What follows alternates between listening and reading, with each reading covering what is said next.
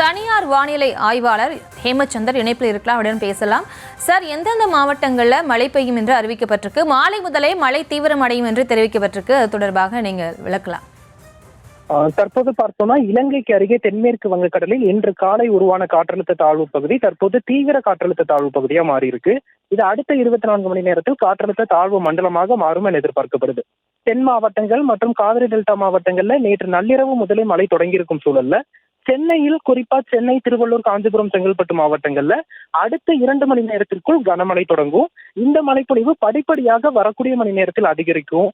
குறிப்பாக இந்த தாழ்வு மண்டலம் மேலும் வலுவடைந்து புயலாக மாறாவிட்டாலும் ஆழ்ந்த காற்றழுத்த தாழ்வு மண்டலமாக வலுப்பெற்று வட தமிழகம் மற்றும் தெற்கு ஆந்திர கடற்கரை நோக்கி அடுத்த 2 நாட்கள்ல நகரும் என எதிர்பார்க்கப்படுது.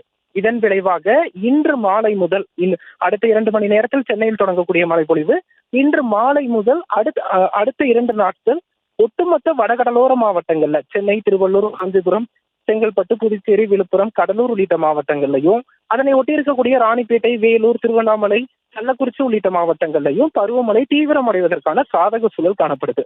அடுத்த 2 நாட்களை பொறுத்தளவுக்கு ஒட்டுமொத்த வட மாவட்டங்கள்ல பரவலா கன முதல் மிக கனமழை எதிர்பார்க்கலாம்.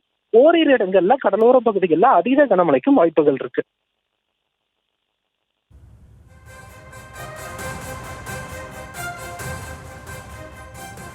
இணைப்பில் வந்தமைக்கு நன்றி திரு ஹேமச்சந்தர்.